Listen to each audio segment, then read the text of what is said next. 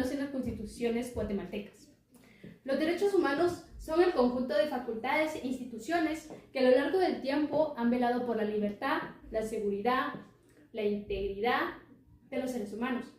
Por lo tanto, estos deben de ser reconocidos efectivamente por los ordenamientos jurídicos, tanto a nivel nacional como internacional. Es importante destacar que los derechos humanos hicieron muchos cambios, tanto sociales como políticos, a través de la historia. Vamos a empezar por la Constitución de 1808, la Constitución de Bayona. Esta Constitución no está regulada como tal porque tiene influencia francesa. Sin embargo, cuenta con una serie de garantías o derechos individuales que se avalaban en ese entonces, tales como la libertad personal y la prohibición a los tratos crueles, ya que en ese entonces se vivía lo que era la esclavitud y las personas eran tratadas mal y también eran utilizadas para compraventas o para donaciones, es decir, que eran consideradas una mercancía.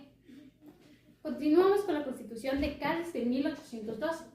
Esta Constitución estipula los principios básicos de los derechos humanos. Y es importante destacar que continúa con los derechos de la Constitución de Bayona. Sin embargo, estos no se priorizan como tal, debido a que los esclavos siguen siendo tratados de la misma manera y siguen laborando sin tener un beneficio a cambio. Los trabajos que ellos empleaban era trabajar tierras, construir puentes, arreglar calles. Continuamos con la Constitución de 1824. Esta era la Constitución de la República de Centroamérica. Esta Constitución fue influenciada por los Estados Unidos de América y la Revolución Francesa.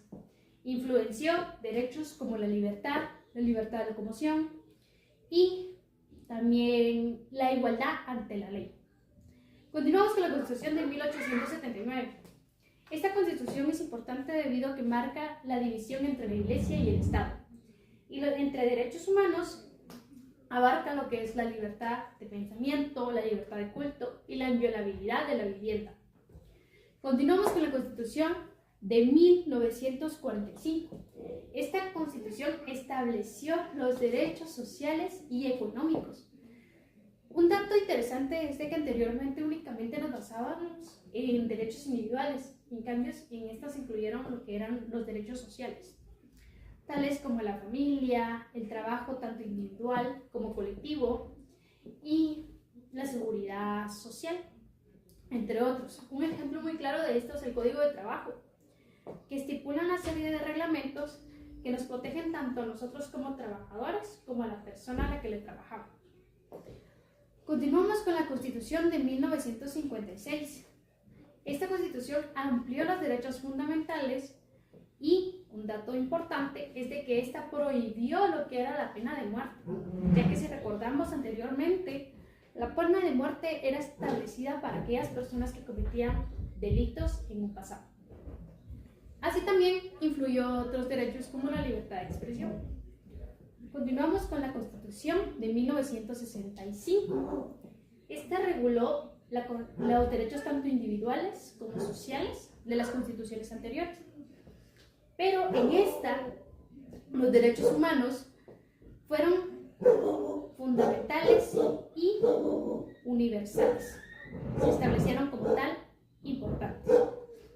Esta avalaba la prohibición a la discriminación y empleaba derechos para los trabajadores. Por último, tenemos la que es la Constitución de 1985, la cual es la que tenemos en la actualidad, y esta avala los derechos tanto individuales como sociales. Un ejemplo de los derechos individuales es el derecho a la vida, el derecho a la libertad y el derecho a la seguridad, que son los derechos que nos han avalado hoy en día y nos han resguardado. Continuamos con los derechos sociales, en los cuales podemos observar lo que es el derecho a la educación, a la cultura, a la salud y asistencia social. Es importante destacar de que los derechos humanos se desarrollaron con el tiempo y que hoy en día tenemos la libertad y los beneficios que en un pasado no se tenían o no se priorizaban. Por lo tanto, estos buscan amparar nuestro bienestar y nuestra seguridad. Muchas gracias.